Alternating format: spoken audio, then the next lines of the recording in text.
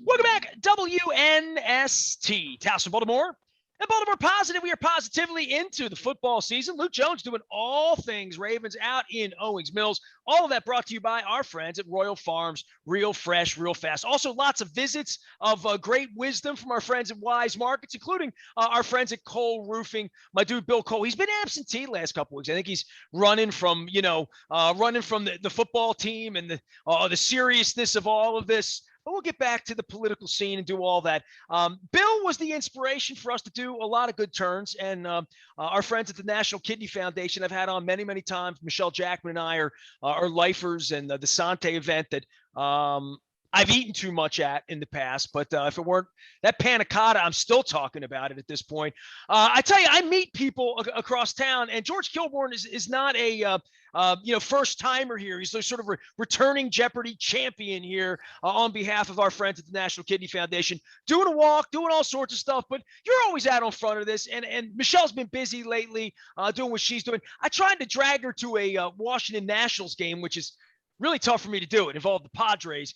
We never did make it this summer, but the curse of COVID, what can we say? How are you and how are things? And it's a glorious fall day here in Baltimore for me.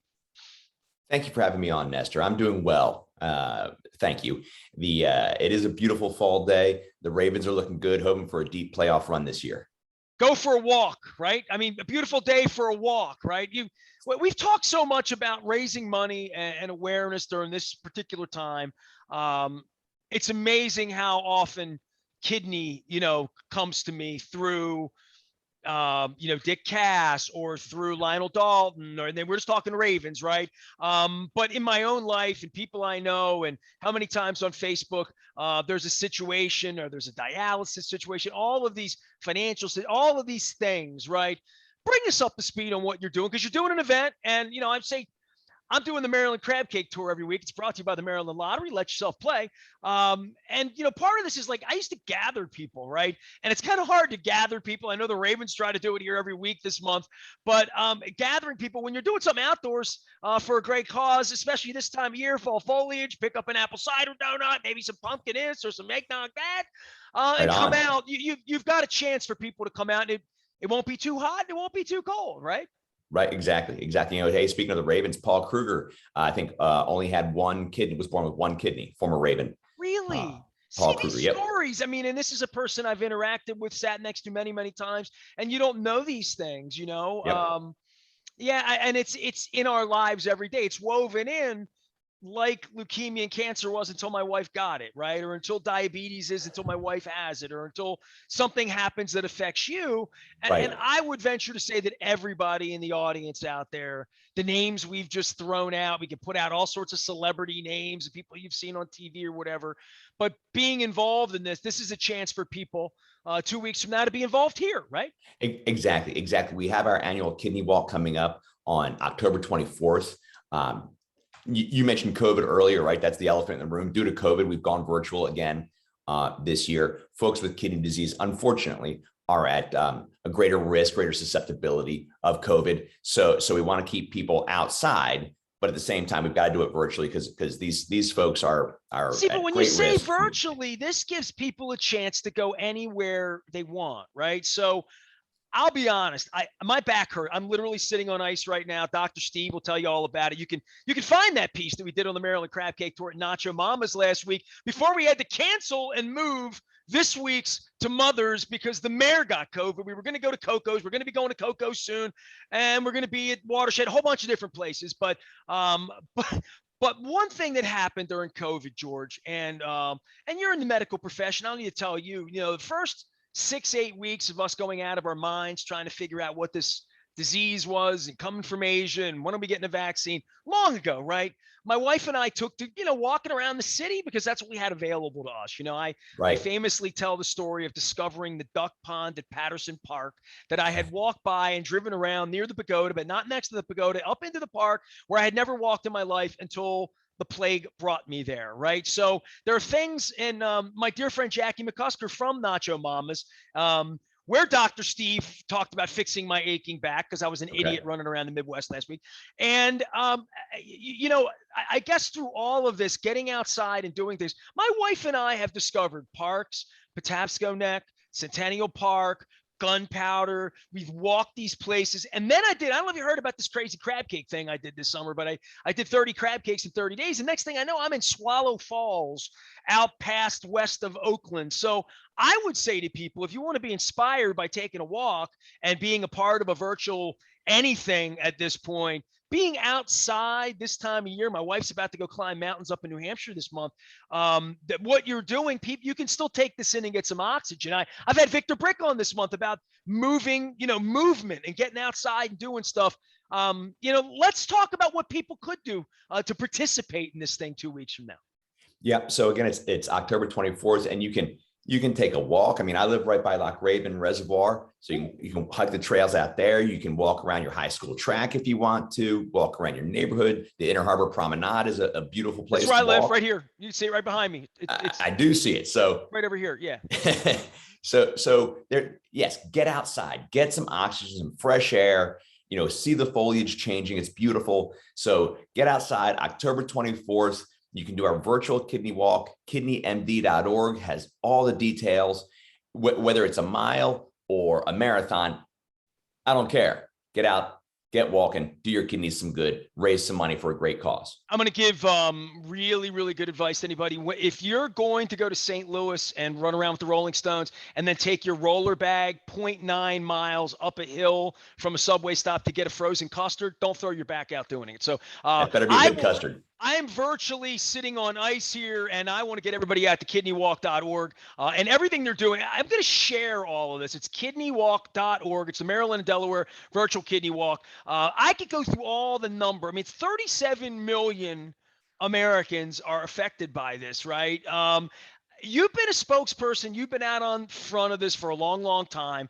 Give me your personal journey with this, because I've talked about Sante. I've had Michelle on, Michelle Jackman, who is like a soul sister of mine. I mean, her father, Phil Jackman, who's been ailing lately. I sent some love out to the whole Jackman family. But, Michelle has been on many, many times. She's local. We tell old Earl Weaver stories when Phil and her were, when she was a little girl, towhead little blondes out on the beach in Miami in the 70s. But I don't get a chance to talk much to you about it. And I always see you out in front of this, and you've been a spokesperson for a long, long time for National Kidney Foundation. Yeah, I have been. And I'll tell you my story. So, and my story is not different than a lot of folks. My dad was a childhood diabetic. He was diagnosed when he was, I think it was 8 years old back in the 40s. And diabetes was known as a disease, but his doctors didn't really have a lot of guidance for him, but he was told, to eat a proper diet, not to be too active athletically, because they didn't know if he would get injured or what.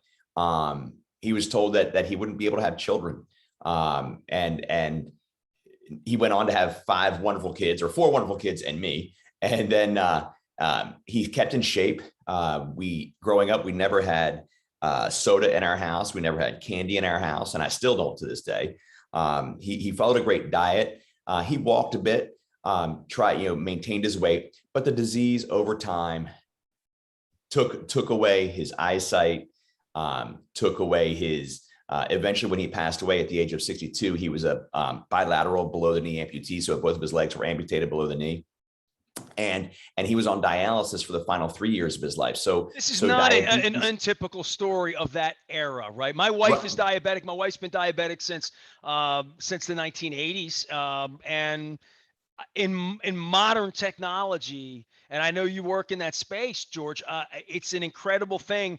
I've been married 18 years to see where she was with insulin and where we are now. And she doesn't have a pump, but she has a monitor on her wrist with her iPhone. Like, they tried to take it away from her at the Bruno Mars concert because he takes your phone. She's like, no.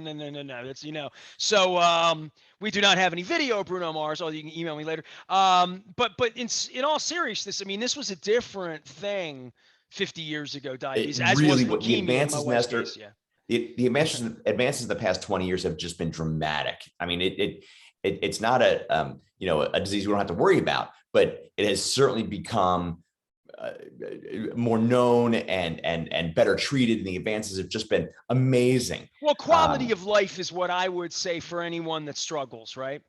Exactly. Now, unfortunately, diabetes is the leading cause of kidney disease out there. Hypertension is the other leading cause. So, and these are called the silent killers because you don't feel it. You can feel a broken tooth or a twisted ankle. You don't feel diabetes. You don't feel high blood pressure. So it often gets undiagnosed until the very end. Patients are at stage 4 or stage 5, almost on dialysis before they realize they have a kidney problem. George Kilbourne is here. We are talking about the National Kidney Foundation, talk about funding and what happens here and how people can give and be involved in this virtual event going on the 24th. And I encourage everybody to get out and walk this month. I got out. I walked the promenade on the Inner Harbor, just as you suggested last night, even though my back hurt. I walked to Amici's last night. So there. My back can't hurt that much. Right. Got to walk off that Italian food. I got leftover meatballs too, if you want some. So speaking of the funding, so the funds that we raise here in Baltimore, and we raise funds throughout the year, and you can go onto kidneymd.org to make a direct donation or anything like that. The funds stay here. We are so fortunate, Nestor, to have top-notch, like world-recognized medical institutions. One on the east side called Johns Hopkins, one on the west side, University of Maryland, and right down the road we have NIH and we have Georgetown and all these. And the money raised stays here. It helps patients here in Baltimore. It funds research that's being done right here. So, I know you're a Be More Positive guy and trying to do all you can to support Baltimore. This is a great way to support research and patients that are right in our own backyard. Right now in your industry, you said something really important there that's, become a political issue to some degree. And obviously I went into Amici's last night, I had to put a mask on. Some people that were in from out of town, it was obvious. And they're like, put the mask on, dude. It's not that hard. And I was out in the Midwest bitching about it last week and all that. I had thought all along when we were more shut down than other places that the medical institutions here, especially in the beginning where New York was really getting crushed in that first month, that could not happen here. We could not allow Baltimore to be what Seattle and New York were in the beginning because of how hospital centric and how close our hospitals are and how significant our hospitals are. I felt like that was an even a bigger concern because I don't think people realize how incredible I realize my wife's alive in the other room because of Johns Hopkins. But I don't know rank and file wise, people really appreciate the work that's being done here. Look, I've lived here my whole life, and it's just taken me in the last 10 years to really understand. Before all the Crab Town and Shipping Town and, whatever went on with the Merchant Marines here, or even the Civil War or up on the hill, we're a hospital town. That, we were a town that's saved lives for a long, long time. We think about The Wire, but I think there's a whole different thing going on here, and I think you see that every day. Yeah, I tell you, my daughter had some problems a number of years ago, and I'm a native Baltimorean, and I never realized how fortunate we are to have world-class medicine like right here. And you didn't have to go to the Mayo Clinic or go to Anderson or any of that, right? Go to Boston. Right. Yeah. Growing up here, I just assumed every town had a Hopkins and every town had a University of Maryland, and it was no big deal until you need it and you realize how big a deal it is. In fact, University of Maryland, if I recall correctly, does more kidney transplants than any other institution in the country annually. I mean, they have really highly regarded nephrologists and kidney transplant staff right down on Green Street, right next to Camden Yards. Well, it is amazing. I thought the same thing every night I went in. My wife spent 155 nights over Hopkins, which is on this side. It's right over the little red lights right there. I used to look right out the window and wave to the 5th floor over there, and lost a lot of people over there. But I thought, man, people, how many times you go by and see those lights and see what's going on? That's important work for you, your neighbors, someone you know. If you've ever had anybody in need of a kidney or seen that out on Facebook or on the social media space, it's the folks at the National Kidney Foundation that help and support that. So we want you to support them. All on behalf of our friends at Cole Roofing and Gordian Energy, Bill Cole and our friends. I tell you what, George, it's great to have you on. Hope to elbow bump you. Hope we Sante soon. I'm missing that terracotta. I'm telling you, or panna cotta, excuse me. It was delicious. And I know you guys are looking forward to bringing people together again, right? We really are. Hopefully in 2022, we can put all this behind us and we can have a legit kidney walk. We've had it down in Waverly at the Weinberg Y. We've had it at some other locations, and it's really a celebration of life, of people overcoming their kidney disease and not being trapped by their kidney disease. It's a wonderful event. So if you can, please support us October 24th for the kidney walk virtually, wherever you are. You can row, you can kayak, you can bike, you can walk, whatever you want to do, and help us raise money for people right here in Baltimore. You're in the medical space. You want to do a little vaccine PSA too? You want to tell people they should get vaccinated because that's the only way we're going to have Sante next year, right? I mean, for me. You know what? Yeah. Get vaccinated so we can all get together and start enjoying more live events. I know concerts are back, but you got to show your vaccine card and all that kind of stuff. Let's get vaccinated, put it all behind us, and start getting back to where we were in 2018. My little vaccine card's getting worn out in the back of my wallet. George Kilbourne's here. KidneyWalk.org is the way to support them. Much love to Michelle Jackman, Susan, Tina, Sheila, all the Jackmans, Phil, and get well soon. The National Kidney Foundation and the Kidney Walk coming up on the 24th, virtually, which means you can do it from anywhere. Make sure you sign up. My friends at Wise Markets are doing all sorts of things about schools this month. So I'm going to be talking about Wise for Schools.